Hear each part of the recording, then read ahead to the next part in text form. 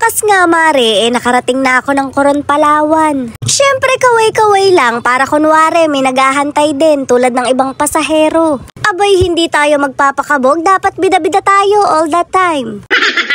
O panis, napaka-welcoming ng mga taga-Coron. Kahit lasinggera ka lang, buong puso kang tatanggapin. Bakit nga hindi mare, magpapainom ako mamaya. Kaya naman sino ang magsasabi na walang mararating ang mga manginginom? Lahat ng lugar pinupuntahan ko para magpatagay. Napakaganda nga ng lugar nila, parang ibig ko na lang hanapin bigla yung sarili ko. Ay bakit? Nawawala ba? Sinamahan na nga kami ni ma'am sa tutuluyan namin. Pagkapasok nga namin, pinagyabang ko agad sa sugar daddy ko, yung naisyaron ko. Galing nga to sa eroplano at hindi ko nakain dahil nasa tabi ako ng exit.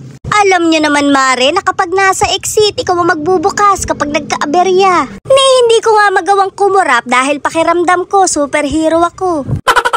Nagpapangit nga lang ako ng konti dahil sumosobra na ako sa ganda. Chariz. Magla-lunch kasi kami kaya kahit wala pa kaming tulog, go pa rin. Alam nyo naman na basta pagkain, laban na laban ako dyan. Kabod nga lang akong nalungkot, mas cute pa yung aso sa akin.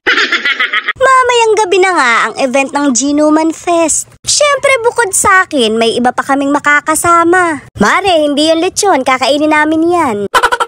Nandito nga rin ang lodi natin na Six Cycle Mind. Gusto ko sanang magpa-picture ng solo kaso hindi ko nagawa. Nakita ko kasi yung lechon na distract tuloy ako, parang ibig ko nga silang iwan lahat. Kabod ko na lang gustong mag-content ng mukbang.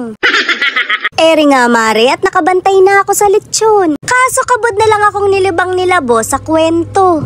Alam nyo naman na buhay ang dugo ko basta chismis. Shoot mare, nagulat na lang tuloy ako, yung lechon naging skinless longganisa. Kumukuha na nga ako at talaga namang ang bumangga, diba? Kaso mare, kinuha ko, picture daw ulit.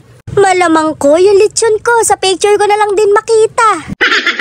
Nakaparte naman ako at kumuha na rin ako ng paborito kong dinuguan. Ikaw ba mare, paborito ka ba? Ay, sorry mare, kakain lang naman ako, nananakit pa. Di bali nang hindi ka paborito ng lahat, ang importante, paborito kita. Lande!